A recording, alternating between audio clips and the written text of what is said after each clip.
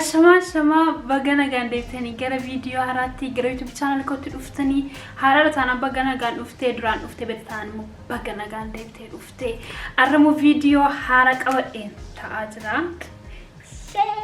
Viidiyoo haraarratti immoo rifeensa kana akkamitti akka hojjetachuu dandeenyu yookaan straight godhachuu dandeenyu isinitti agarsiisa. Ittuma fufaa laala. So amma kan jalqabu rifeensi miccamaadhaani so t-shirtii kun irraa fudhee jalqabaa jira. Kana gochuuf wanti nu barbaachisu inni tokkoffaa inni beekamaani mala maqaan isaa. Satiin tokkosan.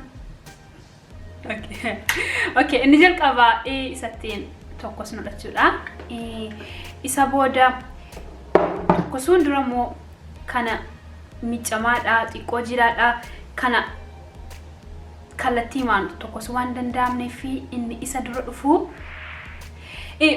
normally blow dry fayyadamu danda'ama angaru kana fayyadamnaan baay'ee nama salphisa isa booda gaafa step isa hojjetamutti darbamu salphata waan ta'eef in argitu itoo faalala so akkama kan deemu in argitu so warra kana lamaan irraan kana femoo inni baay'ee barbaachisaan rifeensi kee akka ni damage hin taane yookaan immoo hin banneef inni barbaachisu heat protect guys.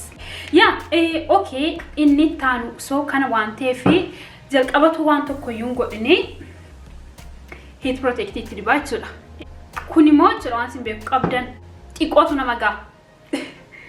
So kanaaf xiqqoon fuudhee gara kanatti hin dibaa akka yaadatu yuun baay'isee garuu. Saboodamoo eegee rifeensaatti yookaan caabisaatti moo sirriitti dibuun barbaachisaadha. Sooma rifeensi protect ta'eera gubaarraa jira akka hin gubanneef. Amma erga kana godhee raawwadhee isa taanti darbinaa jechuudhaaf qorsinu kanaanii rifeensa baay'ee hin qabdaan akkasumatti qorsuu dandeessa. Anko garuu keessi qorsuu hin danda'an. So hiruun qaba. Okay, rifeensa koo walakaatiin saaqaa jechuudha. Saaqaa bareedaa saaqaan jiru callisee ma akka salphatu fedheen waan ta'eef. So gara kana walitti qabsiisa. Sabooda gara kanaan jalqabnaa jechuudha. Kana moo bakka tun kanarra tun adda baaseen salphata garuu rifeensi koo baay'ee jiidhaa miti. Gaafa maal maqaan isaa gaafa t-shirtii keessa ture rifeensi koo xiqqoo bishaan isaa keessaa dhumeera waan ta'eef baay'ee xiqqoodhaan hiruu nan barbaachisu rifeensi koo already filamee jira so isa taatu darbinaa jechuudha. Kuni qoorsaa isa booda in laaffisas blow dry jechuudha. So let's do this.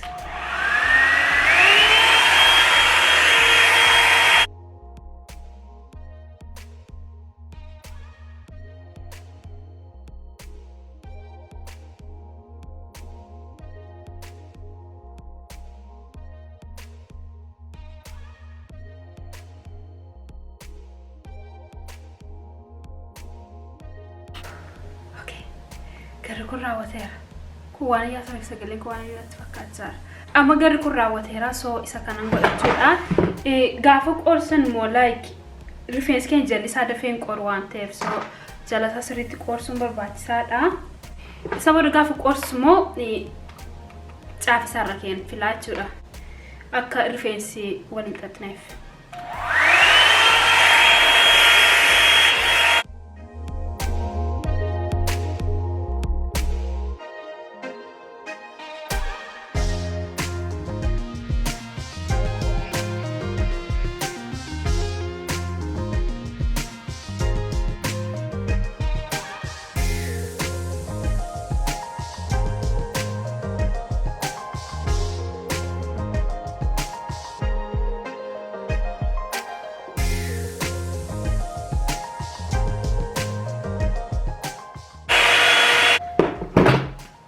Wow! Also, I'm going to raawwadheera. Kana wanti serious jira blow dry is normal. Cala wanti jaaladhu fi dafee qorsa rifeensa. Isa booda rifeensa qorsa duwwaatuun ta'in immoo rifeensi wal gadhiisaadha jechuudha. Step ittaanuuf jechuudha straight mataa keenya tokkosuu fi baay'ee laafee raawwateera jechuudha. Achuma wanti ilaaluuf yoo gaaffii isin ta'e of ilaalle yookaan mirror waan natti qabuufidha. So that you know so yoo gaaffii isin ta'e gaaffii isin taane immoo so amma kana qorsaa jechuudha. Akkasuma goone qorsina kana immoo so garuu moga amma erga raawwatee karriinsaa filame erga inni raawwatee erga inni bareedetee utuun tokkosini ammas deebisee amma nu danda'ametti protect gochuu qabna. Akka rifeensi keenya damage hin taane akka rifeensi keenya gugubanneef akka rifeensi keenya caccabneef so ammas deebisee xiqqootti dibaa jechuudha. Baay'ee miti kan itti dibaa jechuudha. Garuu zeetichi baay'ee furdaadha so xiqqooma seetu nama ga'a. Sababa rifeensa koo caafisaarraa jalqabeen itti dibaa jechuudha. So guutummaa isaatti dibaa. Daqiiqaa baay'ee manatti hin fudhanne dhugaa daqiiqaa 21 yoo baay'ate 20-30 wayinatti fudhate jechuudha. Guutummaa isaa qorsuuni. So amma hojiitti darbinaa jechuudha. Ergaan heat protectii ammas xiqqoo deebiseetti dibee jechuudha. Itti baay'inaan immoo akka rifeensi keenya bareedaatti hin hojjetamne wayii godha. So xiqqootti dibuun gaariidha jechuudha. Ho'isuun jalqaba jechuudha kana. Kana immoo kan irratti godhu kan irratti fayyadamu yaadee jiru kan ku amma 230tti qaba. So yeroo baay'ee 230 irratti gochuun jaalladhani.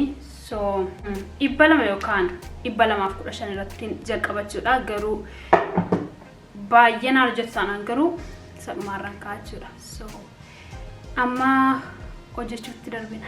Saaqaa gidduutiin godhachuudha. Rifeensa koo gidduutiin saaqaa.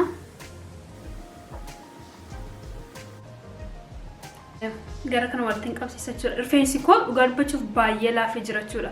So amma hojjechuutti gaafan darbu dafeenaa deemaa jechuudha. Yeroo baay'ee natti fudhatu jala kanaan jalqaba rifeensi koo gaafan hojjedhu jechuudha. Anuma kan yeroo baay'ee jedhu jechuudha.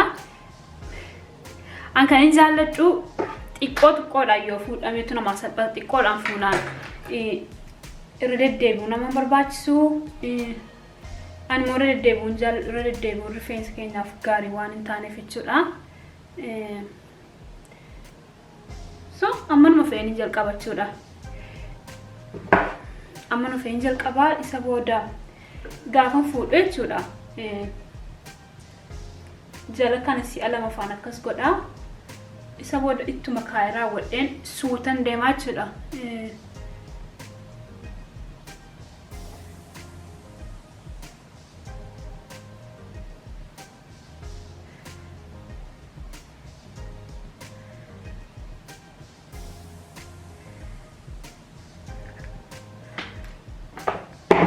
So kan akkas godhuuf immoo irra deddeebi'u waan hin jaalanneef jechuudha. So kun raawwateera. Ammoo kana fuudha. Inni kunis xiqqoo furdaa waan ta'eef jechuudha. Xiqqoon fuudha isa booda rifeensi keenya jallisaa baay'ee gobbuudha. Isa booda haaraadha. Isa tureefuu biqilee jira waan ta'eef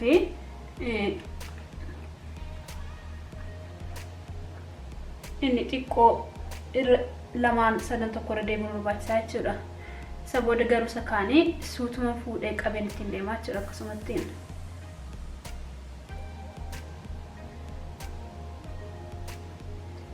Isa booda immoo jabeessee walitti qabaa jechuudha.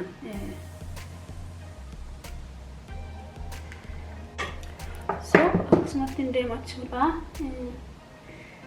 Yeroon fudhata garuu aannu tokko duwwaan godha waan ta'eef yeroo amma kanatti fudhatus.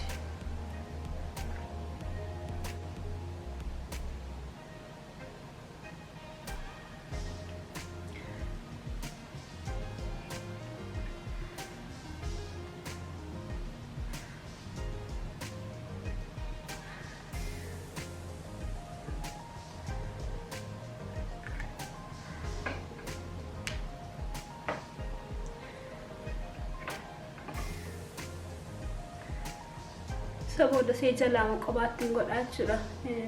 Cabaa wajjin naa fuudhamne.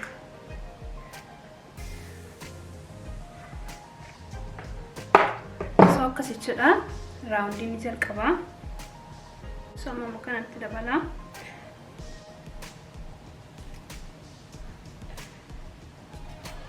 Rifeensi nama hundumaa ho'a wal qixxeettiin jaallatu rifeensi nama tokko ho'a hin danda'a jechuudha. Kan koo rifeensi koo amma kanatti ho'a hin danda'u. So kanaaf fedhee heat protective fayyadamuun baay'ee barbaachisaadha. Isa boodamoo amma deebinu jechuun ayyoonnaan lakkaate jechuudha. Waggaatti baay'ee si'a muraasa kan inni rifeensa koo hojjedhu jechuudha. Ibiddatti fayyadamee.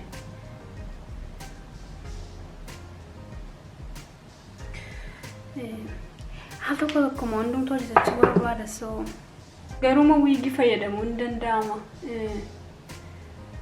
Rifeensa fi protectii gochuudhaaf jechuudha.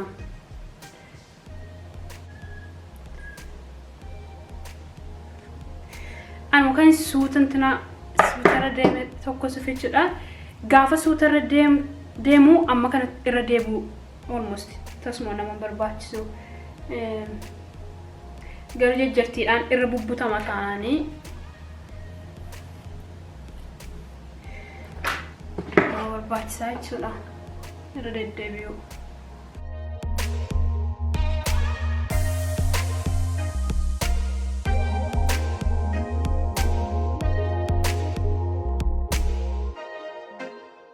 Gara kanaan walakkaa raawwadheeraa. Kun raawwateeraa isa booda isee kan duwwaata jechuudha. Iddoo kana gaafa hin ga'u jechuudhaan gara almost walakkaa gaafa fixee jedhu asii gadi gaafa hin jiru gara kanattiin gadi qabee jechuu jalqaba jechuudha. So gara kanattiin gadi qabee jedha jechuudha. Amma danda'an isaa kan xiqqoon fuudha sittisi. Isa booda gurra koo akkan hin gonne gaa.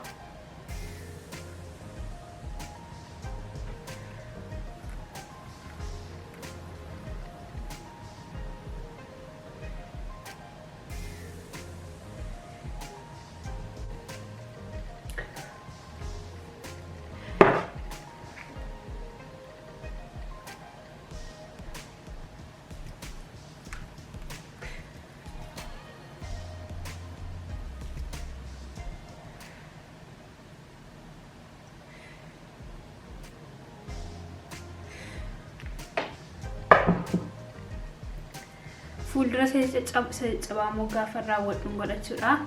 So amma sitti bishaan dhuguu nama barbaachisa kee. So sitti kanan godhee raawwadhachuudha. Amma raawwadhee jechuudha gara kana. Okay. So amma gara kana erga raawwadhee booda fuuldura kana isa sila fuuchuu dadhabee jechuudha.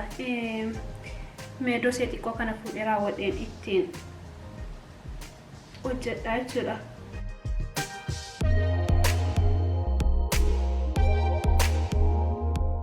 Gari kun amma raawwateera. Gara kana tafechuudha. Adda addummaa isaa. Amma immoo gara kanaan akka kanaatti hojjedha jechuudha. Amma guutummaa isaa raawwadheera. Bareedaa matti raawwadhee bareedaadha. So amma erga guutummaa isaa raawwadhee jechuudha. Lafa xiqqoo dudduubi kun jechuudha. Iddoon kun faanii xiqqoo ol ka'ee jira. So kana jechuun hundeensaa yookaan jalli isaa kun sirriitti hin hojjetamne. So isan irra deebi'aa jechuudha xiqqoo. Tokko irra deebi'uun hin barbaachisu akkasumatti irra deebi'aa jechuudha.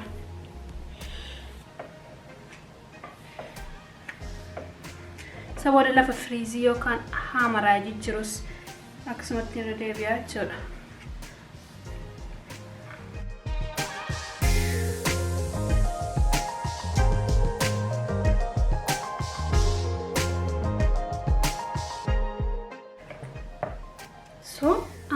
booda raawwadheera jechuudha. Harkaan harkuma dhugaa. So amma rifeensa koo dhibbatti raawwadheera. Akkamitti hojjetamee raawwate beekam jaalladheera. Rifeensi koo moo beekam hojjaan isaa mul'ata. Rifeensi koo jiraachuudha. Amma raawwadheera viidiyoo irra waan argitaniif baay'ee galatoomaa. Akkatti bohaartanii akka raawwabartanii baay'een abdadhaa.